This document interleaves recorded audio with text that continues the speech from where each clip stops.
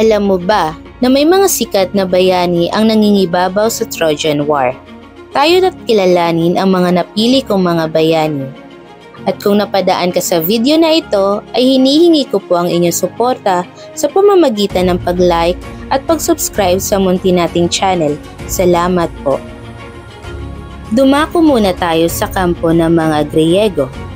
Ang una sa listahan ay si Achilles. Si Achilles ay isang kilalang karakter na kilala sa kanyang tapang at kagitingan sa pakikipagdigma. Siya ay isang bayani na sumabak sa Trojan War na naging sentro ng epekong tula ni Homer na The Iliad. Ang kanyang ina ay si Thetis, isang diyosa ng karagatan, at ang kanyang ama ay si Peleus, isang mortal na hari. Ayon sa alamat, si Achilles ay hindi tinatablan ng anumang sandata maliban sa kanyang sakong, kung saan tinamaan siya ng pana ni Paris na naging sanhi ng kanyang kamatayan sa kamay ni Hector. Ang kwento ni Achilles ay nagpapakita ng mga konsepto ng tapang, pagkamakabayan at pagkakaibigan sa gitna ng digmaan. Noong isang sanggol pa lamang si Achilles ay inilublob siya ng kanyang ina sa ilog ng Styx na matatagpuan sa Tartarus para gawin isang immortal. Ang buong katawan ng sanggol na si Achilles ay nabasa maliban sa kanyang sakong na naging kanyang mahinang spot o sa madaling salita ay kanyang kahinaan. Halimbawa, kung papanain mo ang sakong ni Achilles ay agad siyang matutumba. Noong bago pa lamang mangyari ang Trojan War, ay si Achilles ay nag-aalala na mamamatay siya sa labanan. Kaya't binihisan siya ng kanyang ina na parang babae at pinapunta sa ibang bayan para sa kaligtasan. Ngunit sa huli ay nahuli siya ni Odysseus at sinama sa digmaan. Ajax o mga Ajax. Ang Ajax ay kilala bilang isang matapang at makapangyarihang mandirigma. May dalawang Ajax ang kilala sa mitolohiya. Una, si Ajax the Great at pangalawa naman si Ajax the Lesser. Si Ajax the Great ay isang kilalang mandirigma sa Trojan War at isa sa mga pinakamahusay na mandirigma sa kampo ng mga Griego. Siya ay kilala sa kanyang lakas at tapang sa pakikipagdirigma at may sukat na kasing laki ng tore. Sa tulang The Iliad ni Homer, ipinakita ang kanyang katapangan at kahusayan sa pakikipagdigma. Si Ajax the Lesser naman ay isa ring mandirigma sa Trojan War, bagamat hindi kasing sikat kumpara sa naunang Ajax na si Ajax the Great. Ipinakita rin niya ang kanyang husay sa pakikipagdigma sa ilang mga labanan sa Trojan War.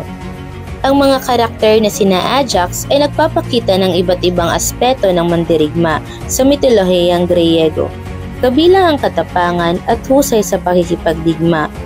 Mapunta naman tayo sa panig ng mga taga-Troy. Ang una sa listahan ay si Cycnos.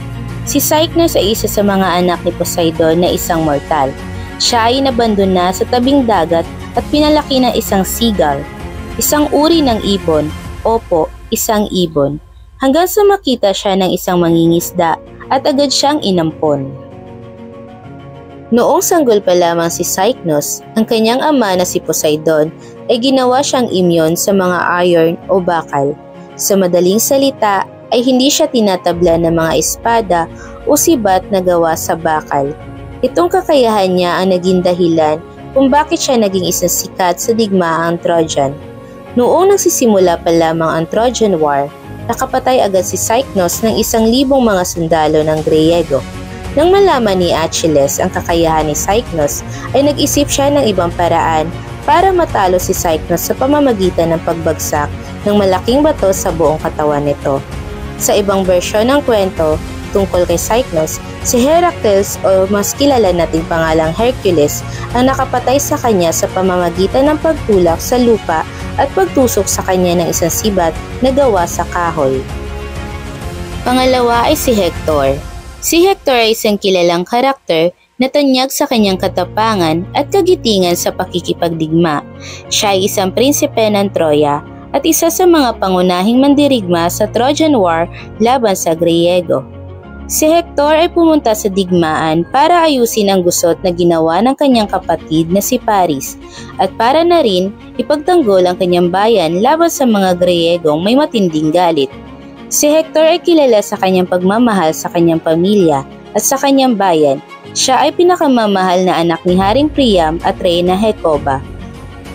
Sa di-ay-layad ni Homer, ipinakita ang kanyang katapangan at pagiging mahusay na mandirigma sa labanan laban sa kampo ng Griego. Ang kwento ni Hector ay nagpapakita ng mga konsepto ng pagmamahal sa pamilya, katapangan at kahusayan sa pakikipagdigma sa gitna ng digmaan at kaguluhan.